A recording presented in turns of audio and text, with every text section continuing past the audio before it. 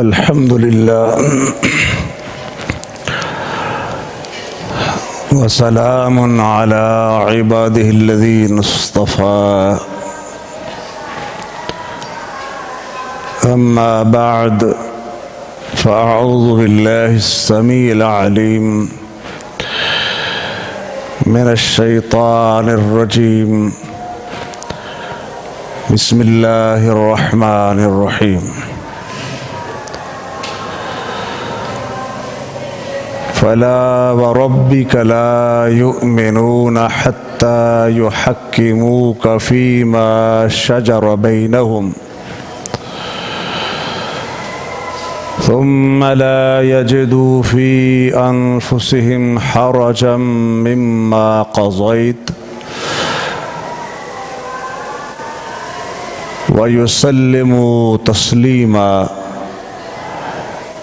وقال النبي صلى الله عليه وآله وسلم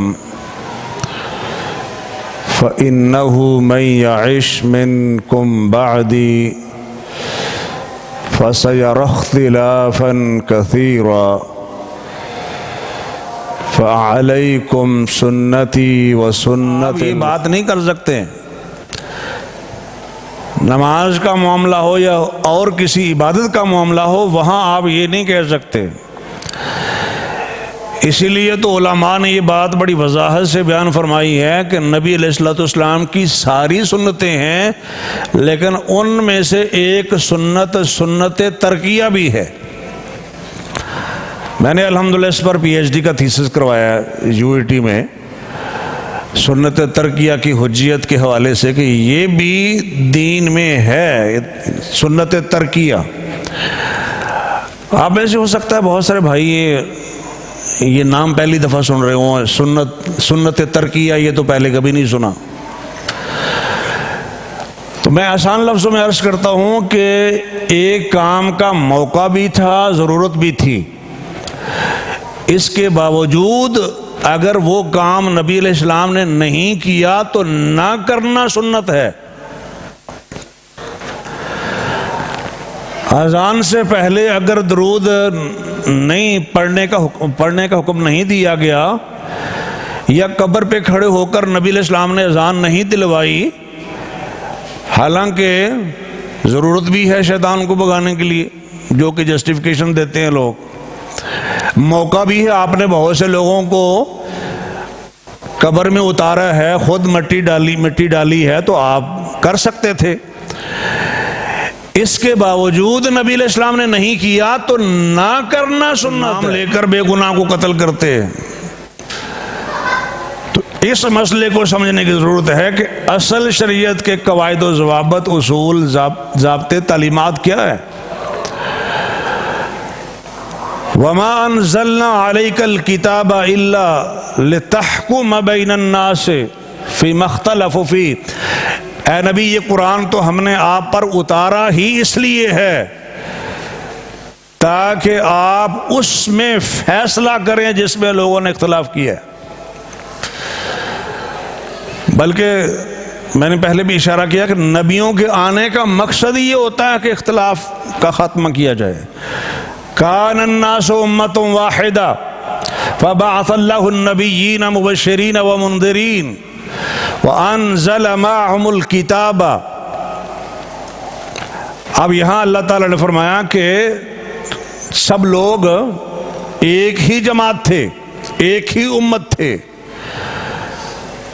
تو اللہ نے نبیوں کو بھیجا. مطلب یہ ہے کہ ایک ہی امت تھے، ایک امت سے وہ نکلے، انہوں نے اختلافات کیے، تو اللہ نے نبیوں کو بھیجا خوشخبری سنانے والے اور ڈرانے والے.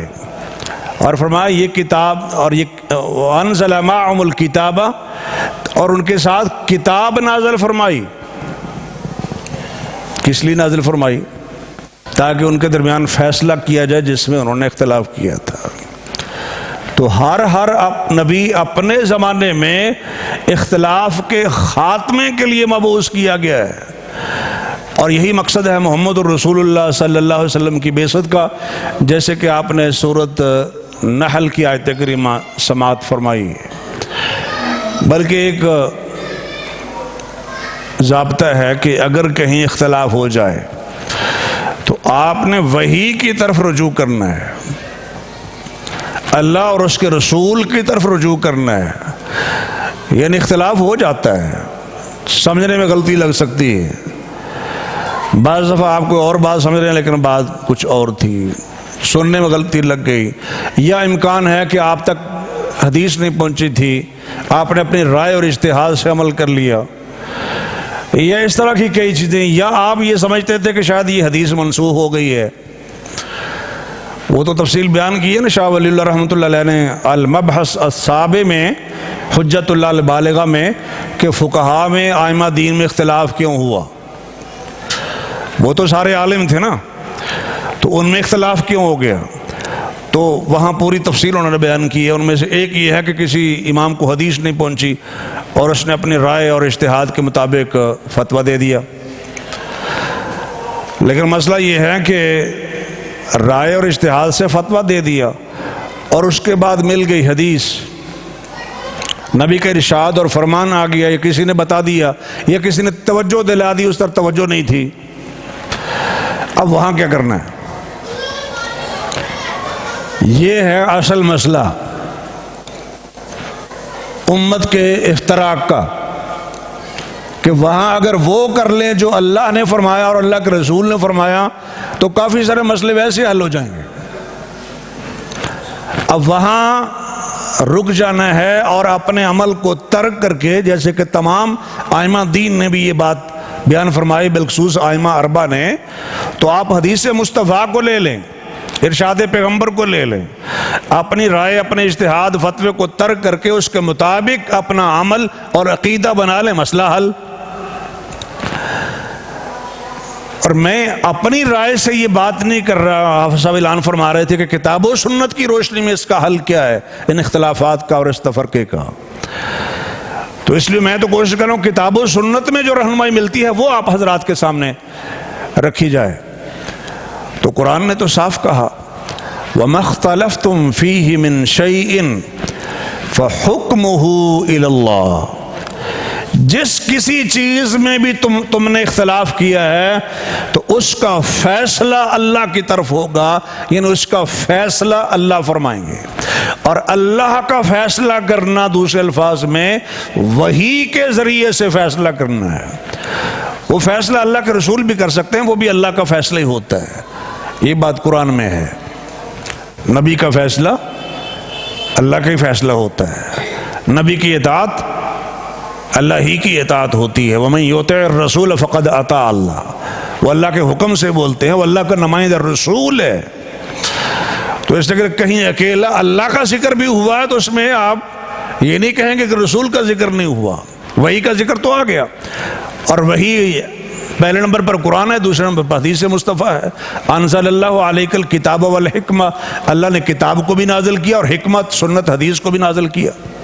اور وہ مشہور آیت ہے، آپ نے سنی ہوئی ہے کہ اللہ کے نبی وحی سے بات کرتے ہیں، خواہش نفس سے بات نہیں کرتے ہیں، جو بھی بات کرتے ہیں وہ وہی ہوتی ہے جو ان کی طرف کی جاتی ہے۔ تو بہت سارے دلائل اس حوالے سے موجود ہیں۔ اب یہاں بات جو میں کر رہا ہوں کہ پہلی آیت کریمہ اس حوالے سے کہ اختلاف ہو جائے تو کیا کرنا ہے، اور اختلاف علماء کا علماء سے ہو سکتا ہے، عوام الناس کا یا علماء کا حکام سے ہو سکتا ہے، اپنے حکمرانوں سے ہو سکتا ہے، اولی الامر منکم، ان سے اختلاف ہو سکتا ہے، قرآن نے اس کا ذکر بھی کیا ہے۔ تو اس اختلاف میں جو چیز فیصل ہے، حرف آخر ہے، وہ اللہ کی وحی ہے،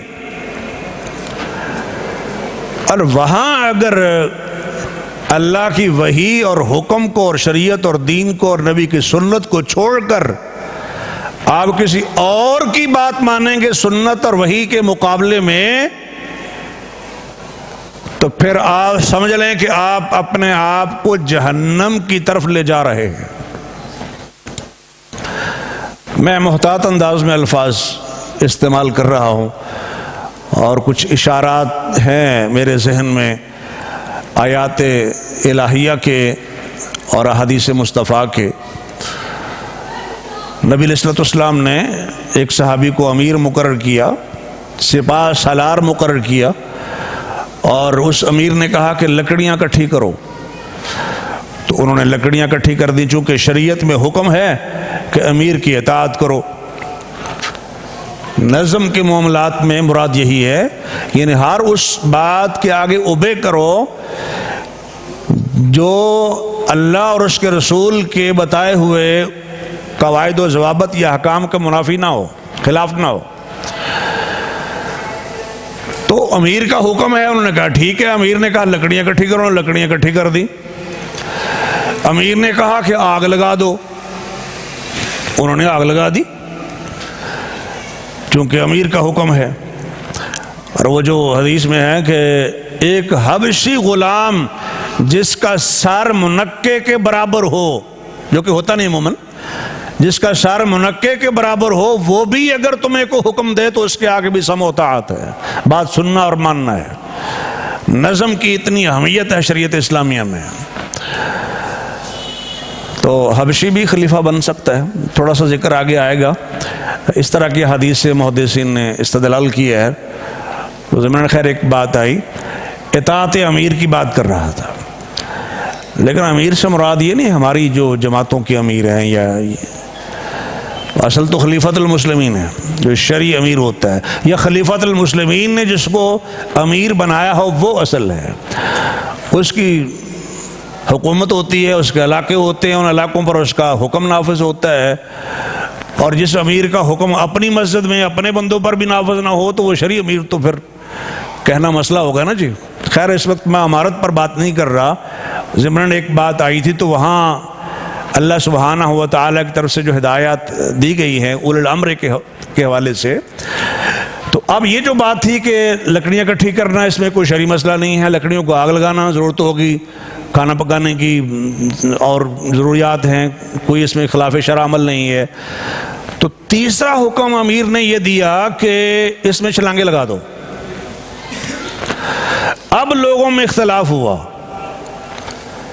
کہ اب امیر کے کہنے پر آگ میں چھلانگ لگائیں یا نہ لگائیں۔ کچھ نے کہا کہ امیر کا حکم ہے لگاؤ، کچھ نے کہا آگ سے بچنے کے لیے ہی تو ہم نے کلمہ پڑھا ہے، یعنی مسلمان ہوئے ہیں، اور مسلمان ہو کر بھی آگ میں ہی چھلانگیں لگانی ہیں، تو مسلمان ہونے کا مقصد پھر ہمارا، ہم تو نبی علیہ السلام سے پوچھیں گے اس بارے میں۔ تو یہاں اختلاف ہو گیا۔ نبی علیہ السلام کو یہ معاملہ جب رپورٹ ہوا تو آپ نے فرمایا انما الطاعۃ فی المعروف، امیر کی اطاعت تو نیکی کے معروف کام میں ہوتی ہے، منکر میں نہیں ہوتی، مفہوم یہ تھا۔ اور بعض حدیث میں ہے کہ اگر تم آگ میں چھلانگ لگا دیتے، آگ میں تم لوگ اگر چھلانگیں لگا دیتے تو آگ میں ہی رہتے، مطلب یہ ہے کہ تمہارا یہ آگ میں چھلانگ لگانا جہنم میں جانے کا باعث ہوتا، جس کی طرف میں پہلے اشارہ کر رہا تھا۔ تو اختلاف ہو گیا اور فیصلہ فرما دیا محمد الرسول اللہ صلی اللہ علیہ وآلہ وسلم نے، بات ختم۔ آپ وہاں سے ادھر ادھر نہیں ہوں گے، اور جب فیصلہ ہو جائے تو پھر اس میں انقباض بھی نہیں ہے۔ میں ایسے پچھلے درس کی اپنی تقریر چیک کرنے کے لیے حرمین شریفین کی مسجد کو سرچ کر رہا تھا یوٹیوب کے اوپر، تو ایک میری اپنی تقریر بہت پہلے کی سامنے آ گئی، جس میں میں نے یہ عرض کیا تھا اور مثال دی تھی وہ جو مکھی گرتی ہے مشروب کے اندر۔ اب وہاں حکم پیغمبر کا اور آدمی پریشانی محسوس کرے یا ناگواری کا اظہار کرے یا ایسی کوئی کیفیت ہو نبی علیہ السلام کے حکم کے سامنے یا آپ کے فیصلے کے سامنے، تو وہ چیز بھی ایمان کے منافی ہے۔ آیت آپ نے سن لی سورۃ النساء کی، فلا وربک لا یؤمنون حتی یحکموک فیما شجر بینہم ثم لا یجدوا فی انفسہم حرجا مما قضیت ویسلموا تسلیما۔ اے نبی مجھے آپ کے رب کی قسم، یہ ایک ہی مقام ہے قرآن مجید کا، پورے قرآن میں اس طرح قسم اٹھانے کا یہ صرف ایک مقام ہے۔ اللہ فرما رہے ہیں کہ اے نبی مجھے آپ کے رب کی قسم، اور وہ کون ہے؟ وہ تو خود ہے۔ اللہ فرما رہے ہیں نا اے نبی مجھے آپ کے رب کی قسم، تو آپ کا رب تو خود اللہ سبحانہ و تعالی ہے. تو اللہ نے یہ نہیں کہا کہ مجھے اپنی ذات کی قسم، مجھے اپنے رب ہونے کی قسم. یہاں نبی علیہ الصلوۃ والسلام کو سینٹر اور مرکز قرار دیا جا رہا ہے. فلا وربی کا، مجھے آپ کے رب کی قسم، یہ مومن نہیں ہو سکتے ہیں کہ جن معاملات میں ان کا جھگڑا ہوا ہے ان معاملات میں آپ کو اپنا جب تک ثالث نہیں مان لیتے اور آپ کے فیصلوں کو دل و جان سے تسلیم نہیں کر لیتے. یہ جو قرآن نے کہا کہ ثم لا یجدوا فی انفسہم حرجا، اپنے دل میں بھی کوئی تنگی محسوس نہ کریں. اور جہاں تک تعلق ہے ظاہری طور پر ماننے کا، وَيُسَلِّمُوا تَسْلِيمًا، اور خوب مان لیں. پرانی اردو میں ترجمہ ہوتا تھا اور وہ تسلیم کر لیں، تسلیم کرنا. اب جدید اردو میں یہ ہے کہ ایسے تسلیم کریں جیسا کہ تسلیم کرنے کا حق ہے. ان اللہ وملائکتہ یصلون علی النبی یا ایھا الذین آمنوا صلو علیہ وسلموا تسلیما. یہ سلموا کے بعد جو تسلیمہ ہے تو معنی یہ ہے کہ نبی پاک پر خوب سلام بھیجو. تسلیمہ کا لفظ جو ہے تو وہاں یہ ہے وَيُسَلِّمُوا تَسْلِيمًا، ادھر سلام ہے اور ادھر تسلیم ہے، یعنی سرنڈر کر دینا اپنے آپ کو.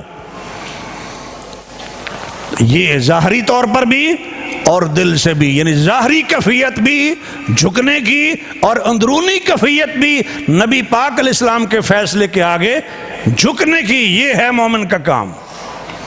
اور یہ جو کہا نا یہ مومن نہیں ہو سکتے، گویا کہ مومن ہونے کے لیے جو بنیادی چیز ہے وہ یہ ہے کہ نبی علیہ الصلوۃ والسلام کے فیصلوں کو دل و جان سے تسلیم کرنا. اور یہ قرآن مجید نے اس حوالے سے فیصلہ کر دیا. اور وہ جو آیت جس کے ایک حصے کی طرف میں نے پہلے اشارہ کیا، یا ایھا الذین آمنوا، اے ایمان والو، اطیعوا اللہ، اللہ کی اطاعت کرو، واطیعوا الرسول، اور رسول کی اطاعت کرو، واولی الامر منکم، اور تم میں سے جو صاحبان امر ہیں، صاحبان حکم ہیں، ان کی بھی اطاعت کرو. فَإِن تَنَازَعْتُمْ فِي شَيْءٍ، کسی بھی معاملے میں اگر تمہارا باہمی تنازع ہو جائے تو کیا کرنا ہے؟ فَرُدُّوهُ إِلَى اللَّهِ وَالرَّسُولِ، تو اس تنازع کو، اس اختلاف کو لے کر آؤ اللہ کی طرف اور رسول کی طرف. ساتھ یہ کہا ان کنتم تؤمنون باللہ والیوم الآخر، اگر تمہارا ایمان ہے اللہ پر اور آخرت کے دن پر. تو جو مومن ہے، جہاں جیسے وہاں کہا گیا نا لا یؤمنون، یہاں کہا گیا کہ اگر تم مومن ہو تو پھر یہ کرو. اس لیے حافظ ابن کثیر رحمۃ اللہ علیہ نے اس آیت کی تفسیر میں لکھا ہے کہ جو اختلافات میں فیصلہ کتاب و سنت سے نہیں کرواتا اس کا ایمان بھی درست نہیں ہے. کیونکہ کہا کہ ان کنتم تؤمنون باللہ والیوم الآخر ذالک خیر واحسن تأویلا، یہ بہت ہی اچھی بات ہے اور انجام کے اعتبار سے بھی کیا ہی خوب ہے، عمدہ ہے انجام کے اعتبار سے بھی. یہ قرآن کا فیصلہ ہو گیا. اب رجوع کس ذات کی طرف کرنا ہے؟ اللہ کے رسول علیہ الصلوۃ والسلام کی طرف. بلکہ بعض جو انتظامی معاملات ہیں، ایک تو نا شرعی معاملات ہیں، ایک ہے انتظامی معاملات، اس میں بھی کتاب و سنت کی طرف رجوع کا حکم دیا گیا تھا. اور خود نبی علیہ الصلوۃ والسلام کے سامنے جو اس قسم کے لوگوں کے کلیشز آتے یا ان کی کنٹراڈکشنز آتی ویوز کے یا ان کے اختلافات آتے تو ان میں بھی نبی علیہ السلام فیصلے فرماتے تھے.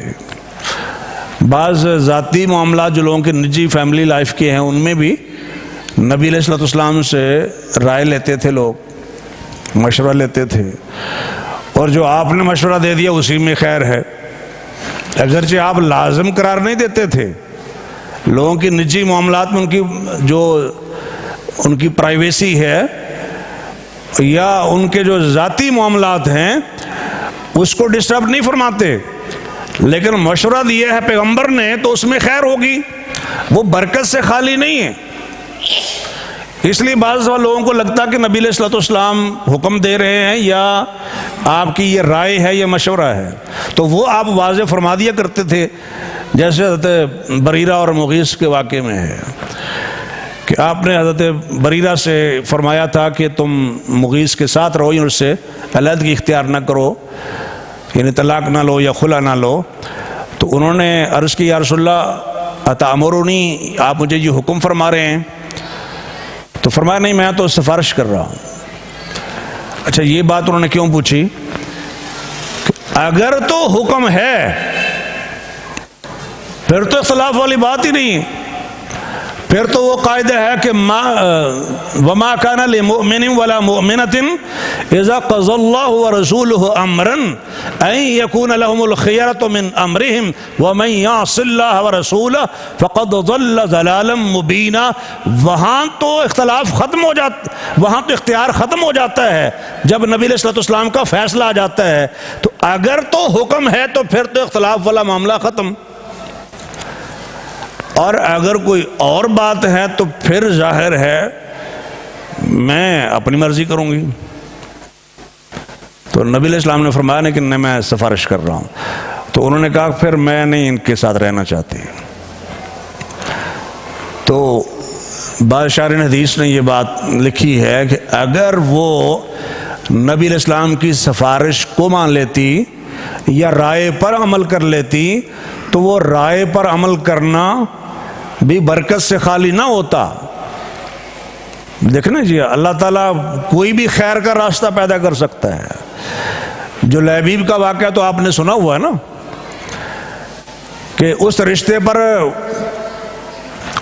پر بچی کا باپ بھی راضی نہیں ہے، ماں تو بالکل راضی نہیں، لیکن بچی یہ کہہ رہی ہے کیا تم اللہ کے رسول کا حکم ریجیکٹ کرو گے؟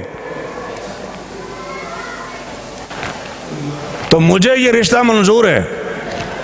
باقی آپ نے سنا ہوا پھر کس طریقے سے برکات اللہ نے نازل فرمائے۔ سادہ طبیعت کے تھے حضرت جلیبیب رضی اللہ تعالیٰ عنہ، یہ وہی ہستی ہیں کہ نبی علیہ السلام نے یوں اٹھایا ہوا تھا اپنے دونوں بازوؤں کے اوپر جب شہید ہو گئے تھے، فرمایا جلیب مجھ سے ہے، میں جلیبیب سے ہوں، جلیب میرا ہے، میں جلیبیب کا ہوں۔ حسین منی تو آپ سنتے رہتے ہیں، لیکن یہ بھی سنا کریں کتنا بڑا مقام ہے۔ اور پھر اتنی برکات اللہ نے کھول دی کہ مدینے کے اندر اس فیملی پر لوگ رشک کرتے تھے، کتنی نعمتیں اللہ کی وافر۔ تو خیر و برکات تو بہرکیف نبی علیہ الصلوۃ والسلام کی سفارش میں بھی ہیں، حکم سے تو اختلاف کر ہی نہیں سکتے ہیں، اور اس حکم کو ماننے میں کتنی برکات ہوں گی کون اندازہ کر سکتا ہے جب مشورے میں اللہ نے یہ خیر رکھی ہے۔ تو اللہ سبحانہ و تعالی نے اور اللہ کے پیغمبر علیہ السلام نے یہ ضابطہ بتا دیا کہ آپ نے اپنے آپ کو روک لینا ہے۔ اور یہ جو آیت کریمہ آپ حضرات نے سنی فلا وربک لا یؤمنون والی سورۃ النساء کی آیت کریمہ ہے، صحیح بخاری میں اس کا شان نزول بھی حضرت زبیر نے بیان کیا رضی اللہ تعالیٰ عنہ۔ ان کا اختلاف ہو گیا تھا ایک انصاری صحابی کے ساتھ باغ کو سیراب کرنے کے بارے میں، اور اس میں عمومی قاعدہ یہی ہوتا ہے کہ جدھر سے نالا آ رہا ہے یا پانی آ رہا ہے یا کھالا آ رہا ہے تو سب سے پہلے اس پانی سے سیرابی کا حق ان لوگوں کا ہوتا ہے جو سب سے پہلے ہوتے ہیں، جن کے باغ فصلیں زمینیں پہلے ہوتی ہیں، ان کا حق پہلے اور بعد والوں کا بعد میں۔ یہ شرعی ایک قاعدہ ہے۔ تو حضرت زبیر بن عوام رضی اللہ تعالیٰ عنہ سے نبی علیہ السلام نے فرمایا کہ تم سرسری سے پانی لگا لو اپنے باغ کو اور باقی پانی آگے چھوڑ دو۔ مطلب یہ ہے کہ آپ علیہ السلام نے ایثار کا درس دیا، قربانی کا درس دیا۔ فتویٰ تو یہ ہے، حق تو یہ ہے کہ آپ پوری طرح سیراب کریں اپنے باغ کو کہ منڈیروں تک پانی آ جائے، کناروں تک آ جائے، اور جب کناروں تک آ جائے تو باقی پانی آگے چھوڑ دیں۔ لیکن نبی علیہ الصلوۃ والسلام نے ان سے فرمایا کہ رسی سے لگا لو اور باقی پانی آگے چھوڑ دو۔ تو انصاری کہتے ہیں کہ آپ کے پھوپھی کے بیٹے ہیں نا، توجہ فرمائیے گا، مومن کا کردار حکم پیغمبر، حکم الہی اور مومن کا کردار، فَتَلَوَّنَ وَجْهُ رسول اللہ صلی اللہ علیہ وسلم، نبی علیہ الصلوۃ والسلام کا چہرہ مبارک غصے سے سرخ ہو گیا۔ مطلب یہ تھا کہ میں تو اس کی خیر خواہی کر رہا تھا، لیکن اسے بات سمجھ نہیں آئی، یہ کچھ کسی اور طرف سوچ رہا ہے۔ وہ شیطان بعض دفعہ چیز ڈال دیتا ہے، نہیں وسوسہ ڈال دیتا ہے۔ تو پھوپھی کا بیٹا تو تھا، لیکن اس میں بلکہ میں یہ عرض کروں کہ پھوپھی کا بیٹا تھا تو شاید اسی وجہ سے آپ نے کہا یہ تو اپنا ہے، چلے سر سے ضرورت پوری کر لے تو آگے باقی چھوڑ دے، دوسروں کے کام آ جائے گا، یہ ان کی ضرورت بھی پوری ہو جائے گی اور باقیوں کی بھی۔ تو پھر جو اصل فیصلہ تھا شریعت کا حصار سے ہٹ کے، وہ پھر نافذ کیا نبی علیہ الصلوۃ والسلام نے۔ فرمایا کہ اپنے باغ کو سیراب کرو یہاں تک کہ حتی یرجع الماء الی الجدر، یہاں تک کہ پانی کناروں تک آ جائے۔ مطلب یہ تھا کہ جو آپ کا حق تھا وہ پھر آپ اس کو لیں۔ آپ اس میں بھی یہ نہیں ہے کہ غصے میں آ کر دوسرے کی حق تلفی ہو، یہ نہیں ہے۔ ہم تو غصے میں آ کے پتہ نہیں کیا کچھ کر جاتے ہیں، اپنوں کے ساتھ بھی اور بیگانوں کے ساتھ بھی۔ مسلک کا اختلاف ہو تو پھر تو پتہ نہیں کیا کچھ کر جائیں گے اشتعال میں آ کے۔ لیکن سبق یہ ہے کہ جتنا مرضی غصہ ہو، فَتَلَوَّنَ وَجْهُ رسول اللہ، جتنا مرضی غصہ ہو، فیصلہ حق اور سچ کا ہی کرنا ہے۔ حضرت زبیر فرماتے ہیں کہ اللہ کی قسم ایسے ہی موقع پر یہ آیت کریمہ نازل ہوئی، فَلَا وَرَبِّكَ لَا يُؤْمِنُونَ حَتَّى يُحَكِّمُوكَ فِي مَا شَجَرَ بَيْنَهُمْ۔ میں نے تو نہیں پڑھا، آپ نے کہیں پڑھا ہو یا کسی عالم سے سنا ہو تو بتائیے گا کہ اس انصاری نے کوئی اور بات کی ہو اس کے بعد؟ حدیث میں تو کہیں ذکر نہیں ہے۔ کیا مطلب؟ کہ انہیں بات سمجھ آ گئی اور پھر یہاں فیصلہ آ گیا۔ اور جو مومن ہوتا ہے نا، بعض دفعہ اگر اس کے ذہن میں کوئی الجھن کو پیدا ہو، کچھ بات پیدا ہو بھی، لیکن جب فیصلہ اللہ اور اس کے رسول کا آ جائے تو پھر ماننا ہی ہوگا، پھر نہیں ڈیفر کر سکتے ہیں آپ۔ اختلاف ہوا تھا نا، اختلاف کی وجہ سے تو نبی پاک کے پاس آئے دونوں بندے، فی شراج الحرہ جو حدیث میں ہے، تو حل ہو گیا۔ یعنی اتنی سخت گفتگو یا اتنے سخت الفاظ کے بعد مسئلہ حل ہو گیا، تو ہمارا کیوں نہیں ہو سکتا؟ اختلاف اور پھر حل ہو، اصل تو یہ ہے نا۔ اور وہ آپ نے سنا کہ نبی علیہ الصلوۃ والسلام نے فیصلہ فرمایا۔ اچھا، اس میں ایک چیز اور بھی ہوتی ہے کہ بعض دفعہ بندے کو مسئلے کا علم نہیں ہوتا، تو مسئلے کا علم نہیں ہے تو پھر انسان اپنے طریقے سے کچھ نہ کچھ کر لیتا ہے، اور جب حکم آ جائے، ارشاد فرمان آ جائے تو وہ اپنا طریقہ ختم، وہ اس میں سنت کا جو عمل ہے وہ سٹور ہوگا وہاں پر۔ مثالیں تو ایسے بہت ساری ہیں، چند ایک مثالوں کا میں نے مطالعہ کیا ہے اپنے موضوع کی مناسبت سے۔ حضرت عبداللہ بن عمر رضی اللہ تعالیٰ عنہ نے ہشام بن حکیم رضی اللہ تعالیٰ عنہ کے پیچھے نماز پڑھی، اور ہشام بن حکیم جب نماز پڑھا رہے تھے تو حضرت عمر کو بہت غصہ آ رہا تھا، اور بعض حدیث میں ہے کہ ان کا دل کرتا تھا کہ ابھی ان کا سر پکڑ لوں، اس لیے کہ ان کے علم کے مطابق وہ قرات غلط کر رہے تھے۔ آپ کو بھی غصہ آتا کہ نہیں؟ جن کو لگتا ہے ان کو آتا کہ نہیں، یہ اشتہاروں میں نام چھاپتے ہیں، بلاتے ہیں اور وہ خوش ہوتے ہیں، قرآن غلط پڑھا جا رہا اور خوش ہوتے ہیں، سبحان اللہ ماشاء اللہ کہتے ہیں، ساتھ دے رہے ہوتے ہیں۔ حضرت عمر کی کیفیت یہ تھی رضی اللہ تعالیٰ عنہ کہ میں تو چاہتا تھا کہ نماز چھوڑ کے ان کو پکڑ لوں سر سے کہ کیا پڑھ رہے ہو، یہ قرآن غلط پڑھ رہے ہو۔ خیر کہتے ہیں کہ میں نے اپنے اوپر کنٹرول کیا، جو ہی سلام پھیرا تو میں نے ان سے کہا بھی یہ قرآن غلط پڑھ رہے ہو تم، مجھے جو اللہ کے رسول نے قرآن پڑھایا تھا، یہ آیتیں جیسے اللہ کے رسول نے پڑھائی تھی اس طرح تو آپ پڑھ ہی نہیں رہے ہیں۔ اور ان کو اتنا غصہ تھا قرآن غلط پڑھنے پر اپنے علم کے مطابق، تو انہوں نے کپڑا ڈالا، چلو اللہ کے رسول علیہ السلام کے پاس، اللہ کے رسول نے مجھے قرآن یوں پڑھایا اور تم اس طریقے سے پڑھ رہے ہو۔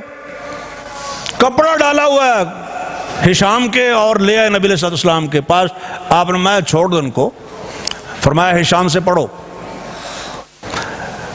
انہوں نے تلاوت کی جیسے پہلے تلاوت کی تھی، فرمایا ہاکذا انزلت، اسی طرح اتارا گیا قرآن مجید، قرآن ایسے ہی نازل ہوا ہے۔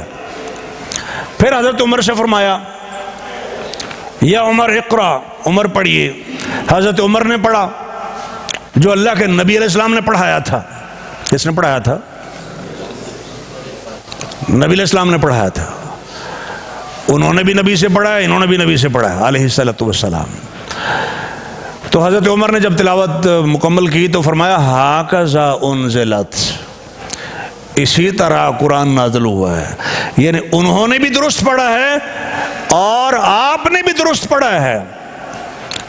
قرآن مجید 7 احرف میں نازل ہوا ہے۔ فقروا ما تیسر منہ، جو لہجہ آپ کو آسان لگتا ہے، جو قرات آپ کو آسان لگتی ہے، اس لہجے میں قرآن کو پڑھ لو جو تمہیں آسان لگتا ہے۔ تو کبھی یہ بھی ہوتا ہے کہ دونوں کا عمل درست ہو، لیکن یہ ہے یہاں علم جب نہیں ہوگا تو مسائل ہوں گے۔ میں کالج میں تھا تو میں نے چونکہ درس نظامی کیا ہوا تھا، فرسٹ ایئر میں سیکنڈ ایئر میں درس نظامی پہلے کیا تھا اور حفظ شروع کیا تو ساتھ کالج میں ریگولر جاتا تھا۔ میں ٹیچر سے اختلاف بہت کرتا تھا، مسائل پوچھنے سے آ رہے، میں نے دین کی تعلیم پڑھی ہوئی، درس نظامی کیا ہوا ہے، باقی تو عام سٹوڈنٹ ہیں، انہوں نے وہ علم نہیں پڑھا، وہ سمپل اسی تعلیم کے سٹوڈنٹ ہیں۔ تو میرے استاد نے کہا کہ جب آپ کے پاس بہت زیادہ علم آئے گا نا تو آپ کو پتہ چلے گا کہ یہ تو اختلاف ہی نہیں تھا۔ میں یہ تو نہیں کہتا کہ میرے پاس بہت زیادہ علم آ گیا ہے، لیکن جو چیزیں پڑھی ہیں اس کے بعد پتہ چلا کہ بہت سے معاملات ہیں جن کو ہم کفر اسلام کا مسئلہ سمجھتے تھے، حالانکہ وہ کفر اسلام کا مسئلہ کیا، وہ جائز نجائز کا بھی مسئلہ نہیں تھا، اس میں دونوں آپشن شریعت نے دیے تھے۔ اور یہ تو آپ نے سنا ہوا ہے نا کہ تیمم سے نماز پڑھی 2 صحابہ نے، پانی مل گیا، ایک نے وضو کر کے دوبارہ پڑھ لی، ایک نے نہیں پڑھی۔ جس نے نہیں پڑھی تھی اس سے آپ نے فرمایا اصبت السنہ، تم نے سنت کو پا لیے ہے۔ جس نے پڑھ لی تھی اس سے فرمایا لک الاجر مرتین، مستدرک حاکم تمہارے لیے 2 اجر ہے۔ کیا مطلب کہ اگر اسی پر بھی اکتفا کرتے تو وہ نبی کے طریقے، سنت کے، اسلام کے طریقے کے مطابق ہے وہ عمل۔ اب یہاں یہ کہنے کی ضرورت کیا ہے بعض علماء کو کہ جس بندے نے حج بدل کروایا ہو، حج بدل تو آپ سمجھتے ہیں نا، ایک بندہ بیمار ہے لیکن اس کے پاس پیسے ہیں، حج اس پر پیسوں کا حساب دیکھیں تو حج فرض ہوتا ہے، لیکن صحت کو دیکھیں، جسم کو دیکھیں تو جا نہیں سکتا۔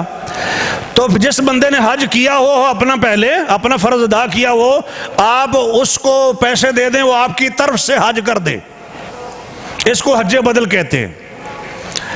حج بدل کر لیا، اس کے بعد وہ بندہ صحت یاب ہو گیا، اللہ نے صحت تندرستی عطا فرما دی، اور ہو سکتا اسی کی برکت سے عطا فرما دی ہو، اب اس پر حج فرض ہے کہ نہیں؟ تو شریعت نے تو ہماری رہنمائی کر دی۔ اب یہ جو کہتے ہیں جی وہاں اس کو اوپن چھوڑا ہوا ہے، وہاں کیا کریں؟ تو تمہیں یہ نہیں نظر آ رہا کہ ایک بندے نے اسی طرح کا کام کیا، ایک سے آپ نے فرمایا ثبت سننا اور دوسرے سے فرمایا تم لک الاجر مرتین، تو اس بیس پر آپ فتویٰ نہیں دے سکتے، نظیر آپ کے سامنے ہے۔ مطلب یہ ہے کہ جو صحت یاب ہونے کے بعد پھر پھر حج کر لے تو اس کے لیے لاکل اجر و مرتین والا قاعدہ، اور جو نہ کرے وہ ثبت سنہ کے قاعدے پر پورا اترتا ہے، اس کا فرض ساقط ہو گیا، اس کا حج ہو گیا، اس میں کیا اشکال ہے؟ لیکن مسئلہ تو پھر وہیں آ کے رکے گا نبی کی ذات کا، سوئے ذات نبی رخ سب کا موڑ دو، یہاں آ کے معاملہ ختم ہوگا۔ جہاں آپشن دیا وہاں آپشن دیں، جہاں نہیں دیا وہ بنائیں نہیں۔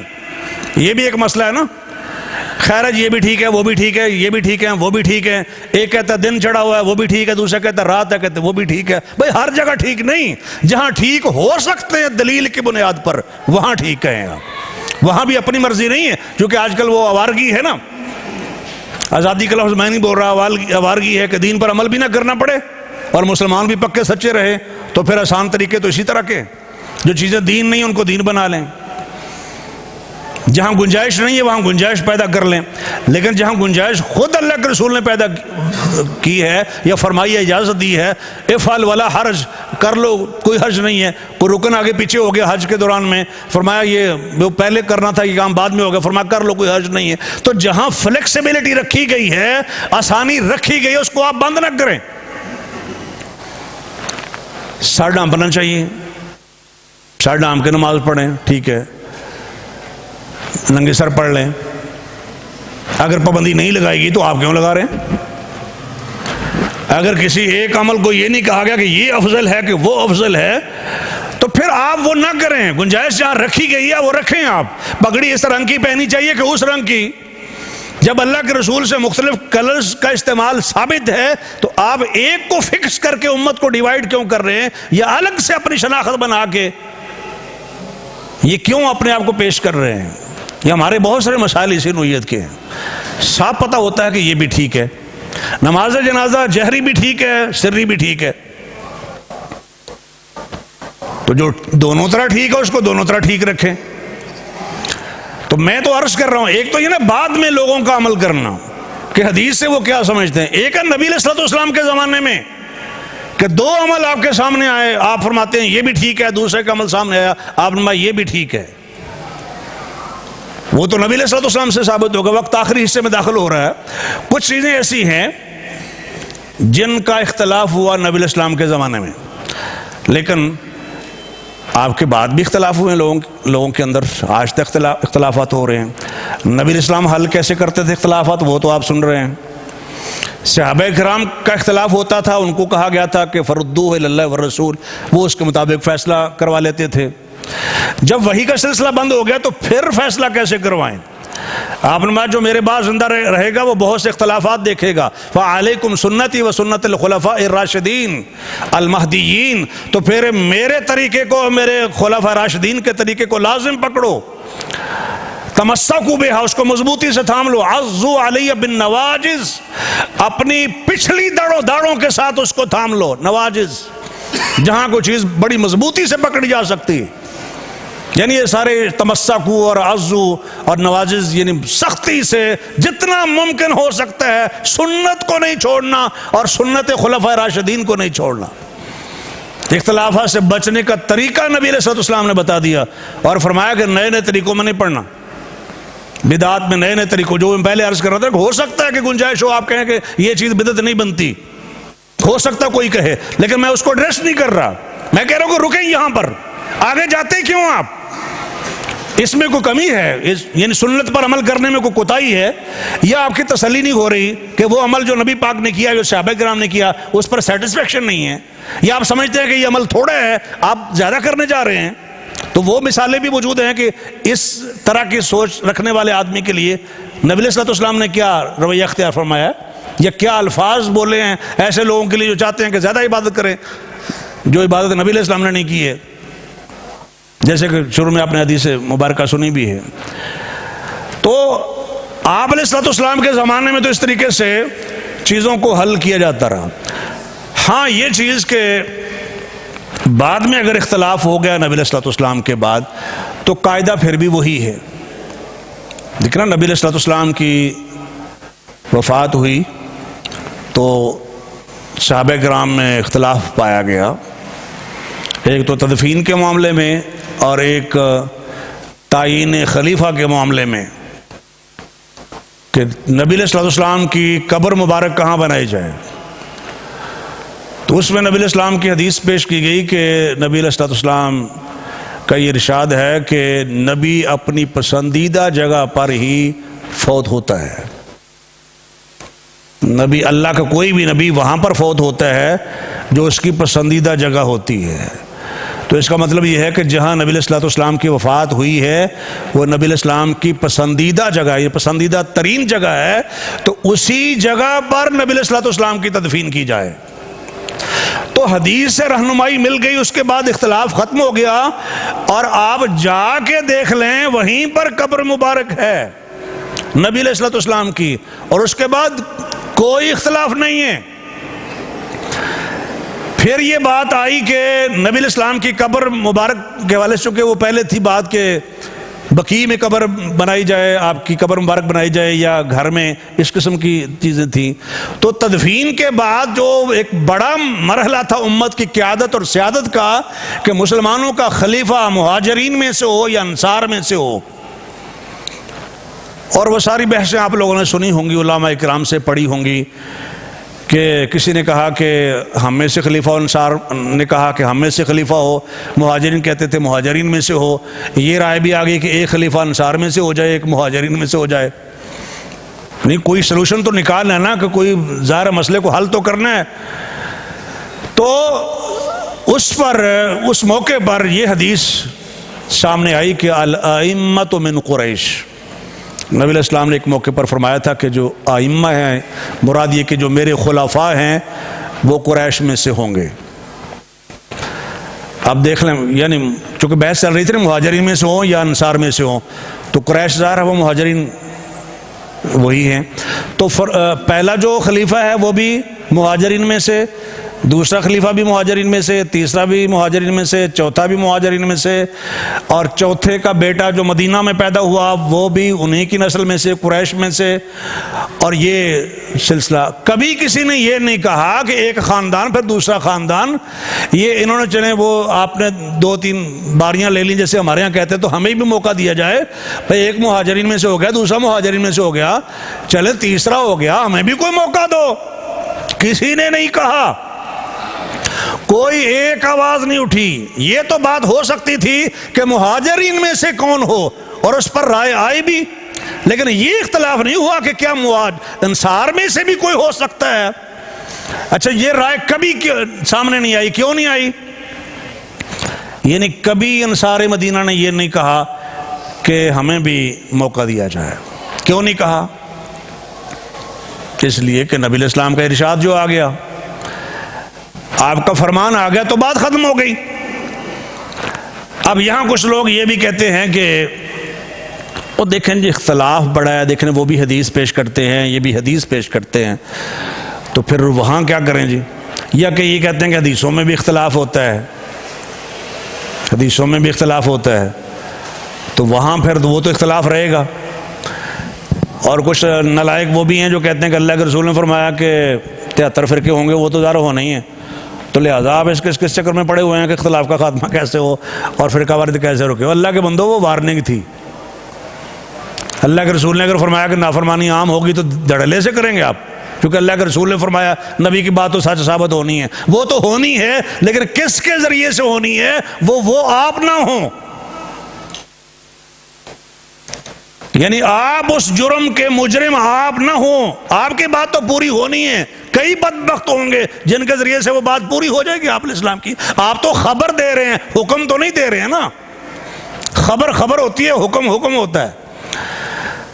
تو نبی علیہ السلام نے جو کچھ فرما دیا اس میں کنٹراڈکشن تو نہیں ہو سکتی نا، تضاد نہیں ہو سکتا. جو کہتے ہیں کہ یہ بھی حدیث ہے، اس کے مقابلے میں یہ بھی حدیث ہے. تو ایک تو وہ پہلو ہے جو میں نے پہلے عرض کر دیا کہ ممکن ہے کہ دونوں طرح درست ہو. آپ نے وہ عمل 2 طریقے سے کیا ہو، آپ بھی 2 طریقے سے کر لیں. آپ نماز شروع کرتے ہیں، ہاتھ کہاں تک اٹھاتے ہیں؟ کانوں تک اٹھاتے ہیں، کندھوں تک اٹھاتے ہیں. اچھا، اس میں دیکھیں جی، اب حدیث میں یہ ہے کہ کندھوں تک اٹھاتے تھے نبی علیہ السلام، اور حزب من کے بھائی وہ بھی ہے، اور شہما اوزنئی وہ کانوں کی لو کے برابر بھی، اب لو کے برابر اٹھائیں گے کندھوں کے برابر اٹھائیں، اس میں ٹینشن والا کون سا مسئلہ ہے؟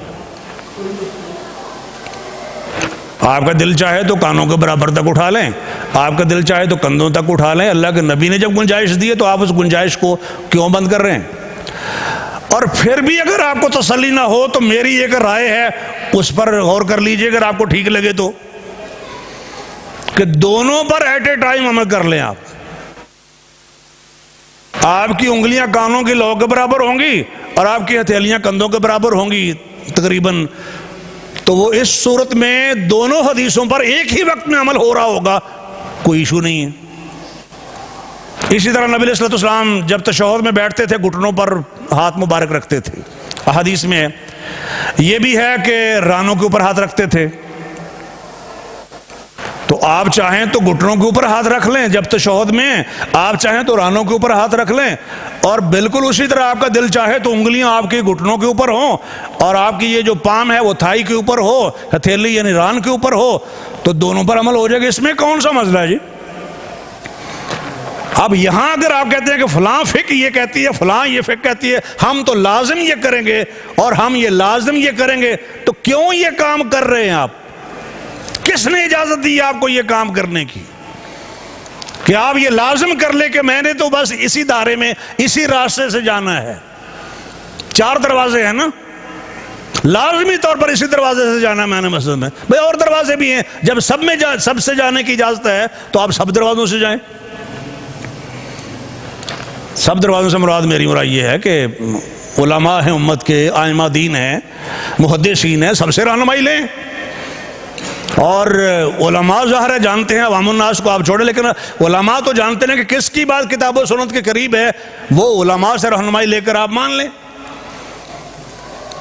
تو رائے کا اختلاف ہو سکتا ہے، بلکہ وہ اسیف والا حادثہ جو واقعہ ہے اس میں بھی ایک مزدور تھا، کسی گھر میں کام کرتا تھا، تو اس سے کوئی غلطی ہو گئی، تو بچے کے والد نے، لڑکے کے والد نے لوگوں سے مسئلہ پوچھا، حدیث میں یہ ہے کہ اس نے لوگوں سے پوچھا، لوگوں نے کہا جناب اس کو تو سنسار کیا جائے گا، اس کو سنسار کیا جائے گا۔ تو اس نے کہا بھی میرے بیٹے کی جان چلی جائے گی، چلے میں 100 بکریاں دیتا ہوں، ایک لونڈی جو ہے وہ دیتا ہوں ان کو، یا آزاد کرتا ہوں، تو میرا وہ کفارہ ہو جائے گا نا، یعنی مجھے میرے بیٹے کو رجم نہیں کرنا پڑے گا، تو یہ ہو جائے گا۔ اور وہ جو کیس آپ کے پاس آیا وہ یہ کہہ رہے ہیں کہ اقضِ بیننا بکتاب اللہ، ہمارے درمیان آپ نے فیصلہ کتاب اللہ کے مطابق کرنا ہے۔ فرمایا اللہ کی قسم میں ضرور تمہارے درمیان کتاب اللہ کے مطابق فیصلہ کروں گا، کتاب اللہ کے مطابق۔ انہوں نے کہا جی مسئلہ یہ کہ ہم نے لوگوں سے مسئلہ پوچھا ہے، یہ مسئلہ ہو گیا ہے، تو لوگوں سے پوچھا تو انہوں نے کہا آپ کا بیٹا تو رجم ہوگا۔ تو پھر ہم نے ان لوگوں سے پوچھا جو اہل العلم تھے، یہ بھی تو ہمارا مسئلہ ہے نا، مسئلہ کس سے پوچھ رہے ہیں؟ میں نام تو نہیں لیتا، بڑے بڑے نامی گرامی علماء خطباء ہیں، اس سے مسئلہ پوچھ رہے ہیں۔ بھائی اللہ کے بندوں کے پاس علم ہی نہیں ہے، فَاسْأَلُوا أَهْلَ الذِّكْرِ إِن كُنتُمْ لَا تَعْلَمُونَ، جن کے پاس علم ہے، جو اس فیلڈ کے لوگ ہیں ان سے پوچھے نا۔ صحت کے مسائل ہوں ڈاکٹر کے پاس جاتے ہیں آپ، ڈرائنگ کروانی ہو آپ سول انجینئر کے پاس جاتے ہیں، آرکیٹیکچر جس نے پڑھا اس کے پاس جاتے ہیں، فیلڈ کے لوگوں کے پاس جاتے ہیں، کیس ہو جاتا ہے دوسرا بندہ آپریشن کرے تو۔ لیکن یہاں کس سے مسئلے پوچھ رہے ہیں دین کے؟ جن بیچاروں کو ناظرہ قرآن نہیں پڑھنا آتا، ترجمہ انہوں نے نہیں پڑھا، وہ دین کا پتہ نہیں ہے، بس فتوے دے رہے ہیں۔ لوگ کے زمانے کے ہیں، نبی پاک کے زمانے کے، ذرا توجہ کیجیے گا، بس ذرا پبلکلی عام لوگ ان کے ذہن میں جو بات تھی انہوں نے بتا دی کہ اس کا تو یہ ہوگا، کیونکہ انہوں نے یہ شاید ہو سکتا ہے ڈیٹیل میں نہ گئے ہوں کہ اس کا سچویشن کیا ہے، بچہ جو ہے وہ لڑکا شادی شدہ ہے کہ نہیں، تو وہ جو مسئلہ ان کے ذہن میں تھا کہ جو اس طرح کی حرکت کرتا ہے اس کی سزا رجم ہے، اس کے مطابق انہوں نے بتا دیا۔ لیکن جو علماء ہوتے ہیں نا وہ سارے پہلو دیکھتے ہیں، علماء سے پوچھا، انہوں نے کہا نہیں ایسا نہیں ہے، اس کو 100 کوڑے لگیں گے اور 1 سال کی جلاوت نہیں ہوگی۔ تو فرمایا میں تمہارے درمیان کتاب اللہ کے مطابق فیصلہ کروں گا، یہ 100 بکریاں اور وہ لونڈی وہ تو ہوگی واپس، وہ واپس ہوگی، مطلب یہ کہ وہ جو لوگوں کا فیصلہ تھا وہ غلط تھا، اور اس کو لگیں گے 100 درے اور تغریب و آمن 1 سال کی جلاوت نہیں، مطلب وہ جیل بھی ہو سکتی ہے، کہیں نظر بند بھی کر سکتے ہیں آپ، اس تفصیل میں نہیں جا رہا، میرا موضوع نہیں ہے۔ تو 2 فتوے آئے، ایک فتوے کو نبی علیہ السلام نے ٹھیک قرار دیا اور کیا فرمایا تھا، میں تمہارے درمیان کتاب اللہ کے مطابق فیصلہ کروں گا، قرآن میں تو نہیں ہے، وہ جو اللہ کے نبی نے فیصلہ کیا تھا ہے وہ کتاب اللہ کا۔ یہ بھی ایک الگ موضوع ہے، لیکن میں یہ بات عرض کر رہا تھا کہ اختلاف ہو جاتا ہے، مختلف آراء ہوتی ہیں، ایک فتویٰ، دوسرا فتویٰ، تیسرا فتویٰ، آ جائیں نبی علیہ السلام کی ذات کی طرف، جو آپ فرما دیں منظور ہے، آمنا و صدقنا، پھر اختلاف ختم ہوگا۔ اور یہ جو کہتے ہیں دیکھیں جی بعض حدیثیں ایک دوسرے کے خلاف ہوتی ہیں، میرا تو ایمان نہیں، یہ نہیں بات ماننے کے لیے تیار کہ نبی کی بات کے خلاف ہو، قرآن کی آیت کے خلاف ہو، لو کان من عند غیر اللہ لوجدوا فیہ اختلافا کثیرا۔ یہ جب چیزیں اللہ کی طرف سے ہیں تو پھر ان میں کلیش تو نہیں ہو سکتا۔ یہ ہو سکتا ہے ایک حکم وقتی اور اس کے بعد دوسرا حکم آ گیا ہو، اس نے اس کو ریپلیس کر دیا، جس کو ناسخ و منسوخ کہتے ہیں۔ یہ ہو سکتا ہے کوئی حکم خاص ہو کسی کے لیے، ممکن ہے، لیکن نبی اپنی بات کے خلاف بات کریں، حدیث دوسری حدیث کے خلاف ہو، یہ نہیں ہو سکتا۔ ہاں ظاہری طور پر لگتا ہے کہ ہوگا، اور مفاہیم احادیث میں جب ظاہری طور پر اختلاف ہوتا ہے تو اس کے قواعد و ضوابط طریقے سے اس کو حل کر لیا جاتا ہے، اور اس پر بھی الحمدللہ میں نے PhD کا ایک تھیسس کروایا ہوا ہے۔ وہ علماء تو خیر جو مدارس میں پڑھنے والے لوگ ہیں وہ تو اس کو تطبیق کہتے ہیں نا، تطبیق یعنی جو ظاہری کلیش ہے، اختلاف ہے، اس کو ختم کرنا، ایسا مفہوم بیان کرنا تاکہ ایک حدیث دوسری کے خلاف نہ رہے، تو وہ کر لیں آپ۔ کبھی آپ کو نہیں پتا ہوتا، ظاہر بعض بریک مسائل ہوتے ہیں، لیکن ایک وہ طبقہ بھی ہے بدبختوں کا جو اس طرح کی باتوں کو لے کر حدیث کا ہی انکار کرتا ہے۔ دیکھیں حدیثوں میں کلیش ہے، ایک حدیث یہ کہہ رہی ہے، دوسری وہ کہہ رہی ہے، کیا کریں؟ وہ جیسے کہتے ہیں جی وہ حدیث میں ہے نا کہ آپ بھی جانتے ہیں پہلی وحی کون سی نازل ہوئی تھی؟ اقرأ باسم ربک الذی خلق۔ صحیح بخاری میں ہے کہ پہلی وحی یا ایھا المدثر ہے، اور صحیح بخاری میں ہی ہے کہ اقرأ باسم ربک الذی خلق پہلی وحی ہے۔ ہن دسو پہلی کیڑی ہے؟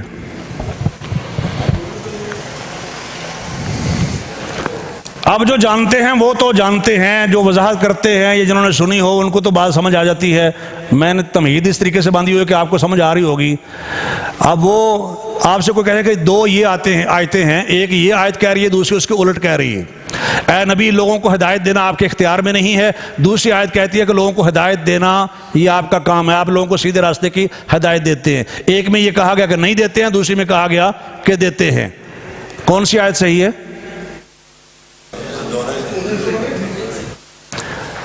ان پڑھ سے ان پڑھ مسلمان بھی ہو، آنکھیں بند کر کے کان اس کے بند کر دیں، اس کا جو مرضی آپ بند کر دیں، وہ کہے گا دونوں صحیح ہیں، اس کی زبان سے نکل ہی نہیں سکتا کہ یہ کیسے ہو سکتا ہے آیت غلط ہو، یہ عقیدہ ٹھیک تھا نا۔ اب وہاں ڈاواڈول ہوتے ہیں جب حدیث کا معاملہ آتا ہے، وہاں جب اس طرح کی 2 حدیثیں پیش کرتے ہیں نا پبلکلی، اسکول کالج میں یونیورسٹی میں، تو پھر وہ کہتے ہیں ہاں جی بات تو وزن والی ہے، بات میں تو وزن ہے، ویری کنونسنگ خاک ہے۔ اب دونوں باتیں صحیح بخاری میں پہلی وہی وہ، دوسری وہی وہ، یہ تو ہو نہیں سکتا کہ دونوں پہلی ہوں، اور دونوں باتیں بھی صحیح بخاری میں ہیں، حدیث صحیح بھی نہیں ہو سکتی۔ تو اصل مسئلہ یہ ہے کہ وہی نازل ہوئی اقرأ باسم ربک الذی خلق، اس کے بعد وہی بند ہو گئی، وہی بند ہونے کے بعد پہلی وہی نازل ہوئی یا ایھا المدثر، تو یہ وہی بند ہونے کے بعد جو پہلی وہی ہے وہ یا ایھا المدثر ہے، وہ اس اعتبار سے پہلی وحی ہے، اور اوورآل پہلی وحی اقرأ باسم ربک الذی خلق ہے، لیکن یہ درمیان والا جو لنک ہے نا وہ نہیں بتاتے ہیں ظالم، تو پھر کیسے سمجھ آئے گی؟ آپ نے واقعہ سنا ہوا نبی علیہ السلام کو خیبر میں زہر دیا گیا تھا کھانے میں ملا کے، گوشت میں زہر ملایا گیا تھا دستی میں، چونکہ آپ کو وہ گوشت پسند تھا، اور اس بارے میں حدیث ہیں کہ نبی علیہ السلام نے اس زہر ملانے والی یہودی عورت کو قتل کروا دیا تھا، احادیث ہیں، اور وہ بھی حدیث ہیں کہ آپ نے اس عورت کو معاف کر دیا تھا، ہن دسو پہ گل کیڑی صحیح ہے یار؟ میں کہتا ہوں دونوں صحیح ہیں. لیکن دونوں کیسے ہو سکتی ہیں؟ یہ تو ہماری عقل نہیں مانتی. تمہاری نہیں مانتی ہوگی، ہماری تو مانتی ہے. ہمیں بھی سمجھا دیں. تو اللہ کے بندو، اللہ کے رسول علیہ السلام نے اس عورت کو معاف کر دیا تھا. لیکن جب زہر والا گوشت کھانے سے بشر بن برا رضی اللہ تعالیٰ عنہ کی موت واقع ہو گئی تھی تو پھر قصاص میں آپ نے اس عورت کو قتل کروا دیا تھا. معاف بھی کیا تھا، قتل بھی کیا تھا. سٹیپ 1 وہ ہے، سٹیپ 2 یہ ہے. دونوں کو اپنی جگہ پر رکھیں نا آپ، وہ لنک ملائیں آپس میں، کلیش نہیں ہے. آپ خواہ کہتے ہیں یہ اس کے خلاف ہے، یہ حدیث اس کے خلاف ہے. تو اس طرح کی حرکتیں بھی کئی لوگ کرتے ہیں. ویسے بہت سارے معاملات ہیں جس میں، جیسے میں نے آپشنز کی بات کی ہے، وہاں پر بھی بعض لوگ کلیش ظاہر کرنے کی کوشش کرتے ہیں. خیر وقت کافی ہو گیا، انہی الفاظ پہ اکتفا کرتا ہوں. اللہ سے دعا ہے کہ اللہ تعالی ہمیں اس سلوگن کے مطابق اپنے آپ کو بھی ڈالنے کی توفیق عطا فرمائیں. سوئے ذات نبی رخ سب کا موڑ دو، وآخر دعوانا ان الحمدللہ رب العالمین.